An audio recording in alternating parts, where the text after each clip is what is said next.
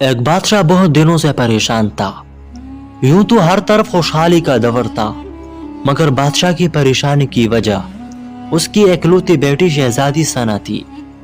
हर बाप की तरह बादशाह भी अपनी बेटे की शादी करके अपना फर्ज अदा कर देना चाहता था, लेकिन शहजादी सना ने भी अजीब ऐलान कर रखा था कि जो शख्स इस सवालों के दुरुस्त जवाब देगा वो उससे शादी करेगी। आसपास की रियासतों के कई शहजादे आए मगर नाकाम लौट गए। उस मुल्क में नौजवान तालिब इल्म भी रहता था, उसका नाम आज़म था। उसने अपने वालिद से कहा कि वो भी अपनी किस्मत आजमाना चाहता है। आज़म के वालिद उस्ताद थे और कई बरसों से लोगों में इल्म की रोशनी बांट रहे थे। मल्की फारिस का वजीर आजम, बड़े बड़े दरबारी और शहर के काजी भी उनका शागिर्द था। बाप ने बेटे की ख्वाहिश देखी तो बोले, बेटा अगर तू नाकाम लौटा तो तेरा कुछ भी नहीं जाएगा। लोग क्या कहेंगे कि एक उस्ताद का बेटा नाकाम हो गया।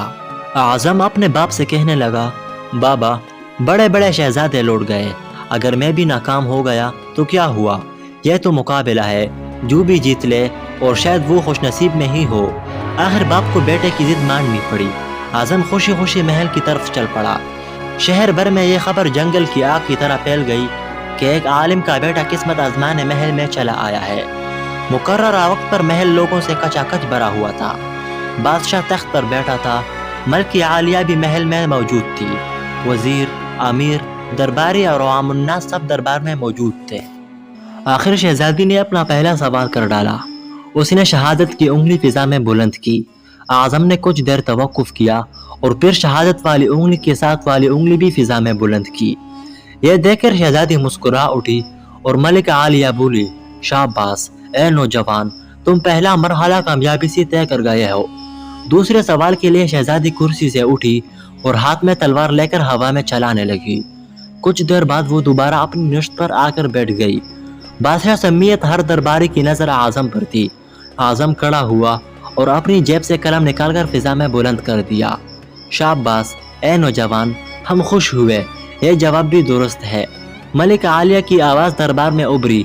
उसके साथ दरबार में मुबारक हो की आवाज़ से गूंज उठा।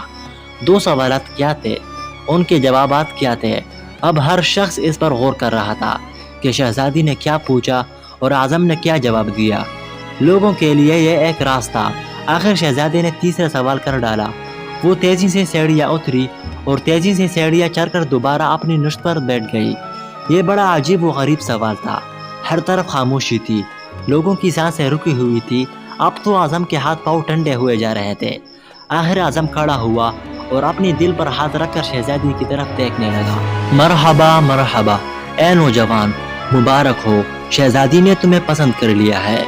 मलिक आलिया की आवाज़ के साथ ही शहजादी सना शर्मा कर महल के अंदरूनी हिस्से में चली गई और महल मुबारकबाद की आवाज़ से गूंज उठा।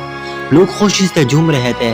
वो दिल ही दिल में अल्लाह का शुक्र अदा कर रहा था जिसने उसे यह एजाज़ बख्शा था। बादशाह ने आज़म से पूछा, ए नौजवान, मलिक आलिया को तुमने मुतमईन कर दिया, अब यह बताओ कि तुमसे क्या पूछा गया था और तुमने क्या जवाब दिया? अगर तुमने एक भी गलत जवाब दिया तो तुम्हारी गर्दन मार दी जाएगी।